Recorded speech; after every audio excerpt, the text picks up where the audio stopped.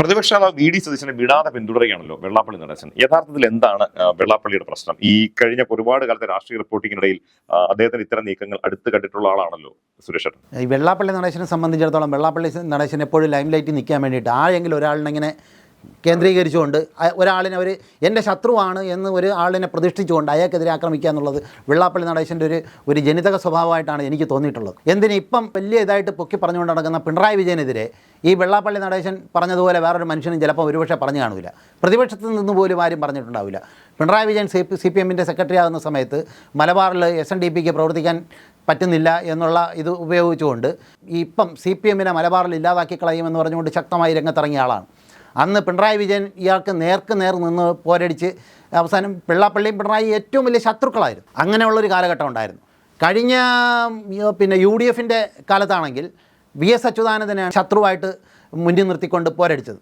VS അതിനെ വളരെ ശക്തമായി സ്ട്രോങ് ആയിട്ടുള്ള ഒരു നിലപാടാണ് VS സ്വീകരിച്ചത്. അങ്ങനെയാണ് ഇയാൾക്കെതിരെ മൈക്രോ ഫൈനാൻസിന് തട്ടിപ്പിനെതിരെ ഇയാൾക്കെതിരെ വിജിലൻസിന് പരാതി കൊടുത്ത് കേസുണ്ടായതും മറ്റു കാര്യങ്ങളുമൊക്കെ. ആ കേസിൻ്റെ അടിസ്ഥാനത്തിലാണ് അവസാനം ഇപ്പോൾ CPM-ൻ്റെയും അത് പിണറായി വന്നപ്പോഴത്തേക്കാണ് അതിൻ്റെ അന്വേഷണവും മറ്റു കാര്യങ്ങളും നടന്നത്. അപ്പോഴാണ് ഈ പിണറായി പ്രേമം കൂടുതലായിട്ട് കാണിക്കാൻ തുടങ്ങിയത്.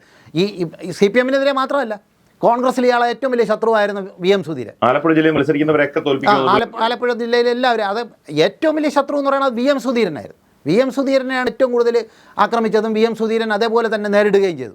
അതുപോലെ തന്നെ ആലപ്പുഴയിൽ KC വേണുഗോപാലിനെ തോപ്പിക്കുമെന്ന് പറഞ്ഞു. പിന്നെ ആരെയൊക്കെ തോപ്പിക്കുമെന്ന് പറഞ്ഞിട്ടുണ്ടെന്ന് എനിക്ക് അറിഞ്ഞില്ല. PJ ജോസഫിനെ വരെ ഒരിക്കൽ തൊടുപുഴയിൽ തോപ്പിക്കുമെന്ന് പറഞ്ഞിട്ടുണ്ട്. അതുപോലെ അവരൊക്കെ ഇയാൾ ആരെ തോപ്പിക്കുമെന്ന് പറഞ്ഞു അവർ ജയിച്ചു വരും. അതുപോലെ തന്നെ ഇയാൾ ആര് ജയിക്കുമെന്ന് പറയണോ അവരൊക്കെ തോറ്റും പോകും. അധികാരത്തിൽ വരുമ്പോൾ അദ്ദേഹമാണ് വിജയശില്പി എന്ന് അത് എനിക്ക് തോന്നുന്നത് 2001-2006 ആ സർക്കാരിൻ്റെ സമയത്താണെന്നാണ് എനിക്ക് തോന്നുന്നത്.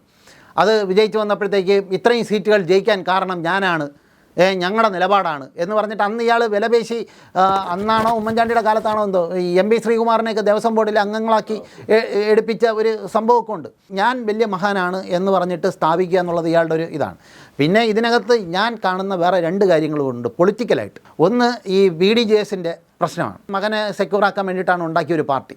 അപ്പോൾ ഈ പാർട്ടി ഇപ്പം വല്ലാത്തൊരവസ്ഥയിലാണ്. NDA-യിൽ അതിനത്ര വലിയ ഇതില്ല. ഇപ്പം വിചാരിക്കുന്നത് എന്താണെന്ന് പറഞ്ഞു കഴിഞ്ഞാൽ എങ്ങനെയെങ്കിലും ഈ LDF-നകത്ത് കൊണ്ടുവന്ന് കയറ്റാൻ പറ്റുമോ എന്നുള്ളൊരു ലക്ഷ്യമയക്കുണ്ട്. പക്ഷെ അത് നടക്കാൻ പോകുന്നില്ല.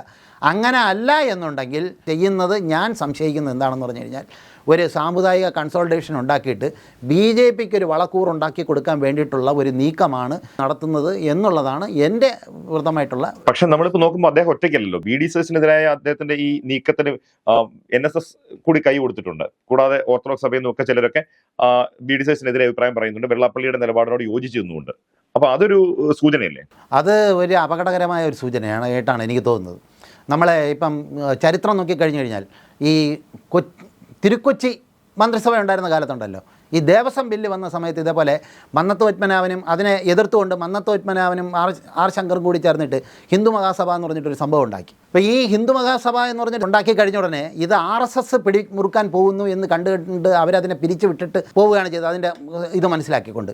ഇപ്പം വെള്ളാപ്പള്ളി നടേശനും സുകുമാരൻ നായരും പ്രത്യേകിച്ച് ഇപ്പം ഈ ക്രിസ്തീയ ചില സഭകളും ഒക്കെ കൂടി ചേർന്നിട്ട് ഒരു കൂട്ടായ്മ ഉണ്ടായിക്കഴിഞ്ഞാൽ അത് ഏറ്റവും കൂടുതൽ ഗുണകരമാകാൻ പോകുന്നത്, ഇപ്പം വിലയിരുത്തപ്പെടുന്നത് അത് BJP-ക്ക് വേണമെങ്കിൽ വളരെയധികം ഗുണകരമാകാം. മനസ്സിലായില്ലേ? എന്താണെന്ന് പറഞ്ഞു കഴിഞ്ഞാൽ ഇപ്പം ഈ സാമുദായികമായി ഏകീകരിക്കപ്പെട്ട് കഴിഞ്ഞു കഴിഞ്ഞാൽ അതിനെ വളരെ പെട്ടെന്ന് ഉപയോഗിക്കാൻ കഴിയുന്നത് BJP-ക്കും RSS-നുമാണ്. നായാടി മുതൽ നസ്രാണി വരെ എന്ന മുദ്രാവാക്യം മാറ്റി വിളിക്കാൻ തുടങ്ങിയതും വെള്ളാപ്പള്ളി നടേശൻ അതിലേക്ക് വന്നതും അതിൻ്റെ ഒരു സൂചനയായിട്ട് ആണ്. 2015 ഇയാൾ ചെയ്തത് എന്താണെന്ന് പറഞ്ഞു കഴിഞ്ഞാൽ നമ്പൂതിരി മുതൽ നായാടി വരെ എന്ന് പറഞ്ഞിട്ട് ഹിന്ദുക്കളെ മാത്രം കോൺസെൻട്രേറ്റ് ചെയ്തുകൊണ്ടുള്ള ഒരു സംഭവമാണ് ഉണ്ടാക്കിയത്.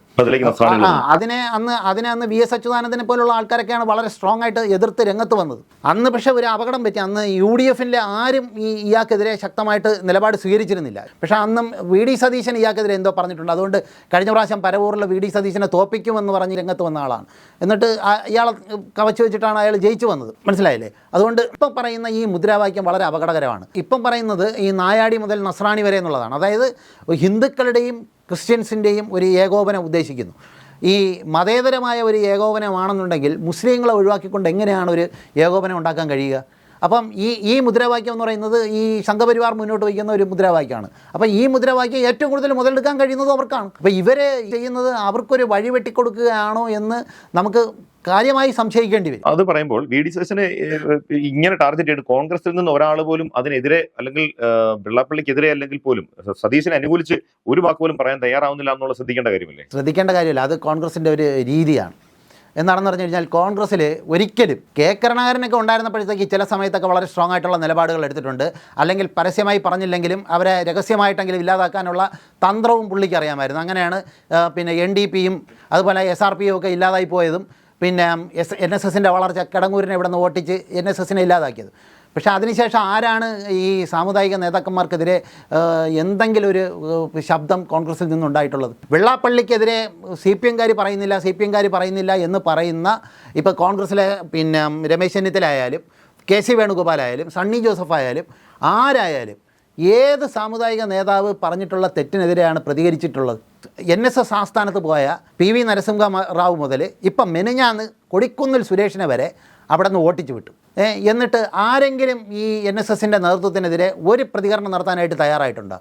അത് അവരുടെ ഒരു ദൗർബല്യമായിട്ടാണ് ഞാൻ കാണുന്നത്. എന്തെന്ന് പറഞ്ഞു കഴിഞ്ഞാൽ സാമുദായികമായ പിന്തുണ ഇല്ലെങ്കിൽ ജയിക്കാൻ കഴിയില്ല എന്നുള്ളൊരു ഭയം അവർക്ക് ഉള്ളതുകൊണ്ട് പശ്ചാത്തലത്തിലായിരിക്കാം അങ്ങനെ ഒരു ചിന്ത അവരിൽ ഉണ്ടാകുന്നതെന്നുള്ളതാണ് എൻ്റെ ഒരു വിലയിരുത്തൽ. ഈ അങ്ങനെ നോക്കുമ്പോൾ CPM-മാരും വെള്ളാപ്പള്ളി നടേശൻ്റെ ഈ പ്രസ്താവനകളെ ഒന്നും തള്ളിപ്പറയാൻ തയ്യാറാവുന്നില്ല.